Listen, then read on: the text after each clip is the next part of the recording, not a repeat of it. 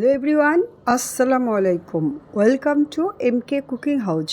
কেমন আছো সবাই? আশা করি সবাই ভীষণ ভালো আছো আর ঈদ করে সবাই সুস্থ আছো। এই পবিত্র কোরবানি ঈদের পরে সবার ঘরেই অঢেল মাংস থাকে, আর এই মাংস দিয়ে কীভাবে জালি কাবাব তৈরি করতে হয় তার একটি রেসিপি তোমাদের সাথে শেয়ার করব।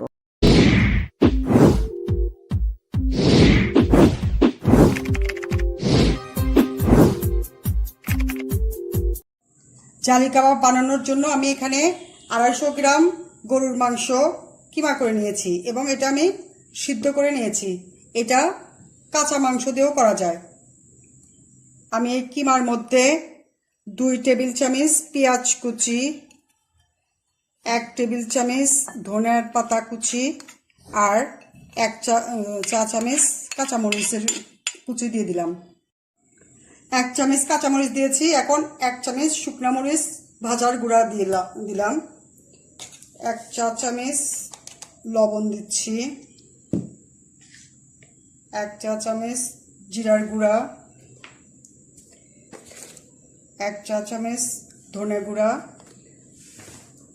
আর দিব এখানে একটা পাউরুটি পানি দিয়ে ভিজিয়ে চিপে নিয়েছি, এটা গুঁড়া করে দিলাম।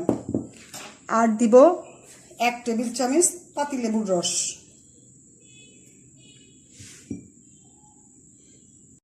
এখন আমি এই সবগুলো উপকরণ ভালোভাবে হাত দিয়ে মেখে নেব। মিশ্রণটা আমি ভালো করে মিক্সড করে নিয়েছি। এখন আমি এটাকে কাবাবের আকৃতি দিব। তো জালি কাবাবগুলো একটু সাইজে বড় বড় হয়, তো আমি এটা দিয়ে গোল গোল আকৃতি করে কাবাবের শেপ দিব। জালি কাবাবগুলো আমি বানিয়ে নিয়েছি। এখন আমি এটা ব্রেডক্রামের মধ্যে একটা একটা করে গুঁড়িয়ে নিব। ব্রেডক্রাম দিয়ে সেট করে আলাদা করে রাখবো।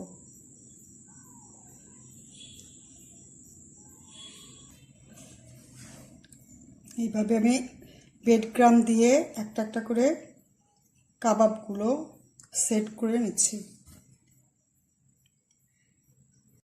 জালি কাবাবগুলো আমি ব্রেডক্রাম দিয়ে গড়িয়ে নিয়েছি।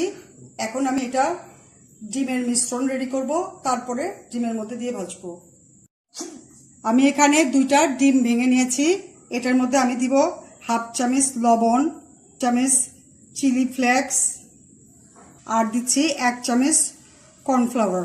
এখানে কর্নফ্লাওয়ার অথবা চাউলের গুঁড়া দিয়ে যদি ডিমটা ফেটে নেওয়া যায়, তাহলে যে জালি কাবাবের মধ্যে ডিম দিয়ে যে জালটা তৈরি করা হবে সেটা ঠান্ডা হয়ে গেলে নর্মাল ডিম যদি থাকে তাহলে ওটা খুব তাড়াতাড়ি নেতিয়ে যায়।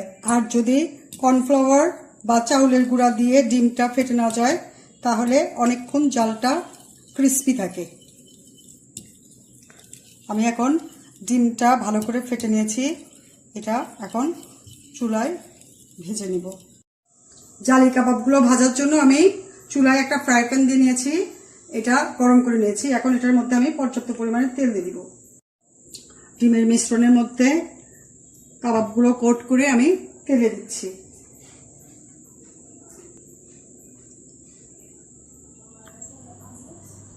ডিমের মিশ্রণের মধ্যে আমি চুবিয়ে কাবাবগুলো উল্টে একপাশে ভেজে নিয়ে পরে আবার ডিমগুলো দিয়ে কোট করছি, সাইড দিয়ে দিয়েছি, জালের মতো সৃষ্টি হয়েছে।